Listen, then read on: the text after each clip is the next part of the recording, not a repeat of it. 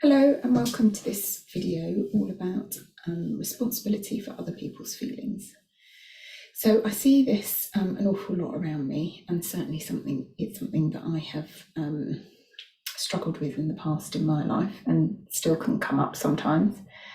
But I see it definitely a lot with my clients, but also with my friends, with my family, with just everybody around me really, that we can feel responsible for how other people feel.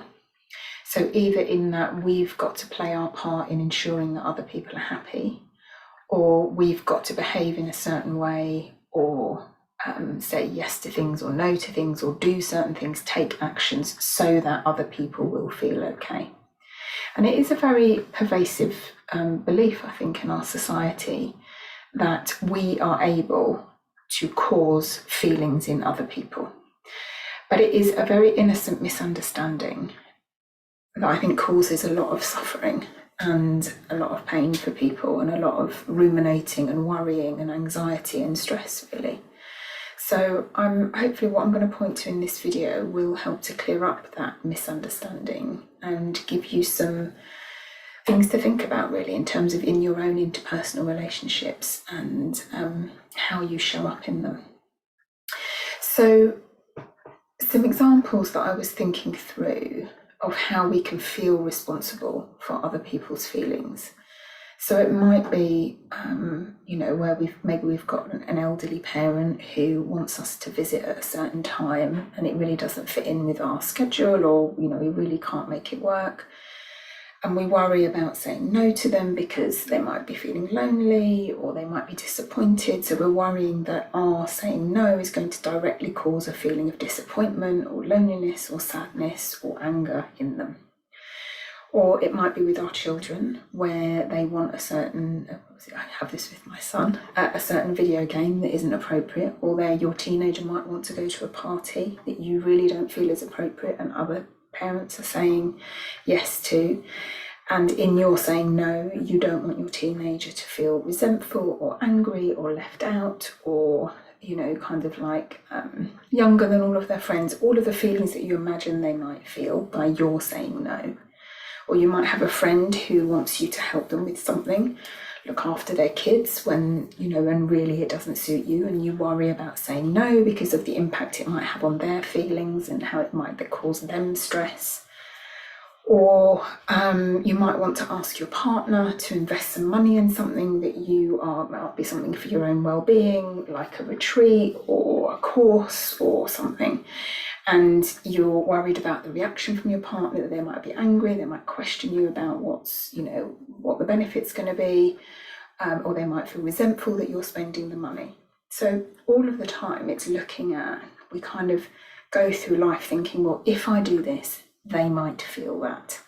And I'm responsible either for that or it's usually a bit of both, feeling responsible for other people's happiness.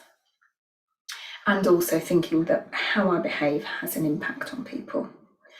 Now, it might sound a bit like craziness, what I'm about to say now, but when we really look at how it's working, I really think this is the truth of how it's working in life. So I'm going to use a diagram to illustrate where feelings come from and how we can't influence other people's feelings. But before I go through that, I do want to reiterate what I'm not saying in this. So I'm not saying, by talking about how life is working, so I'm sort of pulling back out of the personal and into how it's working for every single human being, how life is creating our experience. But in that, I am not saying that it's therefore okay just to run roughshod over other people's feelings. So just because we aren't able to create feelings in other people, even though it looks that way, but we're not actually able to do that, that doesn't mean that we can go around being bullying, aggressive, and just not giving a toss about other people's feelings. Of course, some people do that, and that's how they choose to live their lives. That's how they choose to live their lives. But I know that this video is really speaking to you as a caring person who doesn't want to upset people, who wants other people to be happy, especially those that you love. So I know I'm not talking to that sort of person in watching this video. But I'm not saying that we can then just run roughshod over other people's feelings because we're not creating them. I'm not saying that we can't take other people's feelings into consideration. I'm not saying that we can't try to be kind and gentle and loving in our interactions with other people. But what I am saying is that it's impossible for us to create feelings in other people. So I'm going to draw a little diagram to illustrate that. Well, before I do that, another quick point is really why I'm creating this video, is because in this innocent misunderstanding that we're responsible for other people's feelings and that we're able to create feelings in other people, what I see is that in that innocent misunderstanding of feeling responsible and thinking that I can create how someone feels, people end up tying themselves up in such knots and really not following what's in their own heart, in their own common sense. People end up saying yes to things that they don't want to do, and then they feel resentful. I'm sure you've had that experience where you haven't wanted to do something, but because you've been worried about what the other person's going to feel or think, that you end up saying yes, and then you end up feeling resentful. Or you don't say things that you feel you want to say because you're worried about how they're going to be received, what people are going to think of you, what they're going to feel about you. And so you end up pretending that you're this other sort of person and putting your mask on. And that causes a lot of pain and suffering, as I said at the beginning.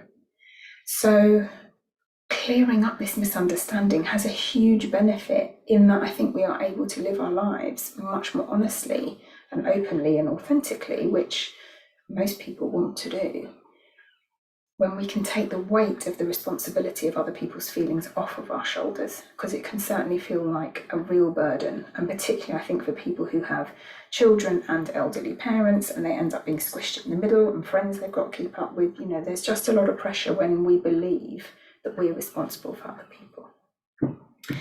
So here's my, sorry, that's not too awful on your ears if you're listening on earphones. So here's my lovely stick people. So this is any human being, me and you, we could say. And so what we believe, I think, in our society is that what I say and what I do is able to sort of magically transmit feelings over here to this person. Okay, so say that this is me and I say no to my son about a game, that is magically going to transmit some kind of feeling over here to my son. But as far as I can see, the only thing that's ever creating a feeling is our own thinking. So what's really happening is that there's my thinking coming in here from, this is just, life, the mystery of life. Where does thinking come from? Anyway, we're not going here in that video. I have thinking that comes in here, flows in and says, oh, what's he going to say when I say no to that video game? Is he going to be really disappointed? All his friends are playing it. What's he going to think? That's flowing in here. That's an example. And I get to feel that, okay? And then here's my son, and flowing into him is, oh, I really wish Mum would let me play that game. I don't understand. All of my friends are playing it. And he gets to live in all of that disappointed, angry, resentful feeling. And so he's in his bubble, feeling his thinking. I'm in my bubble, feeling my thinking. And what's not happening, so I should have done it in a different colour, is this. I'm saying something and it absolutely makes him feel something. What happens is I say something, a yes or a no to something, and some kind of thought energy, some thinking comes in, and that's what he gets to feel. Now, if I catch him at a moment when he's in a higher mood, or he's just feeling quite good, he's not that bothered for whatever reason, if he's thinking his mood's quite good, when I say that, he could say, oh, okay, I'm a bit disappointed, Mum, but, I'm just going to get on with it. If he was in a low mood when I said it, he might be really angry, resentful, he might have a little cry. All sorts of this is totally and utterly variable. And you will have noticed this in your own life. When I looked at this in my own life, I realised, there's been times when I've been really worried about what someone's going to think, and I've tried to plan out what I'm going to say, and I don't know how they're going to react and what they're going to feel, and I say whatever I've got to say, and they just go, okay, then yeah, no problem. I'm like, because I'm thinking that I'm able to create those feelings in them, and that simply isn't how it's working. Or you say something that you don't think is going to have a big impact, and someone reacts really badly, and they suddenly blow up and they're angry. And that's because we never know what someone else is swimming in. So I notice invariably if I feel angry with my son and it looks like he's creating the anger, he's creating the frustration, when I step back from that, I can see that usually something in my thinking, in my bubble, is that I'm ruminating about something else, or something else has annoyed me, or I'm feeling, anxious about something or worried. And that's what's creating the feeling, not actually what he said to me or his actions. So 100% of the time, every single moment, the only thing we ever get to feel is our own thinking. And as far as I can see, it is impossible for us to influence other people's thinking.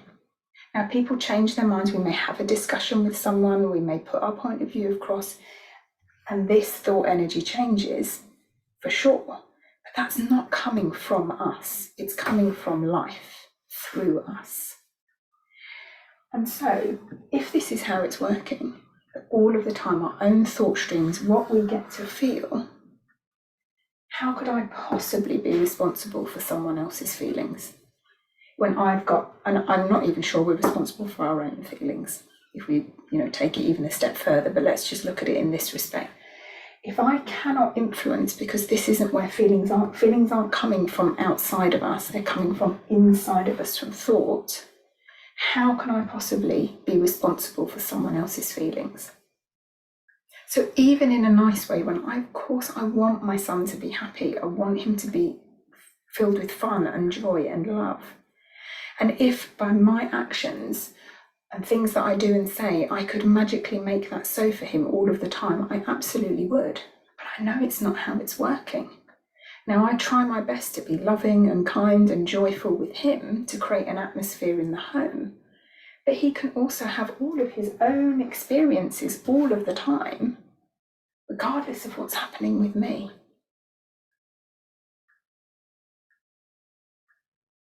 So even when we're trying to make someone, have you noticed that sometimes you might be trying to cheer someone up and, be a bit light and make them happy, and they just stay in their grump? Well, that's because it's not coming this way. So say I'm trying to cheer my son up and it's not working. That's because it's not coming from me. It's coming from this.